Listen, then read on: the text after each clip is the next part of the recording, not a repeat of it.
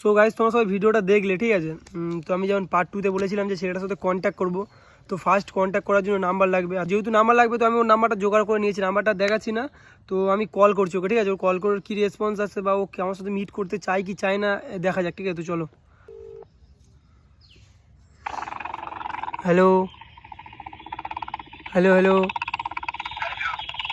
Hello.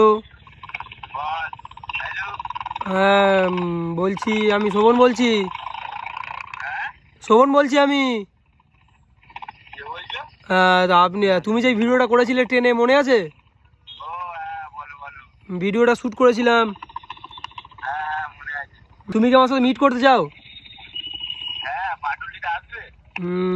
কোথায় পাটুলিটা কোথায় যেতে হবে বলো? পার্ট রিলিজ করে দিলাম।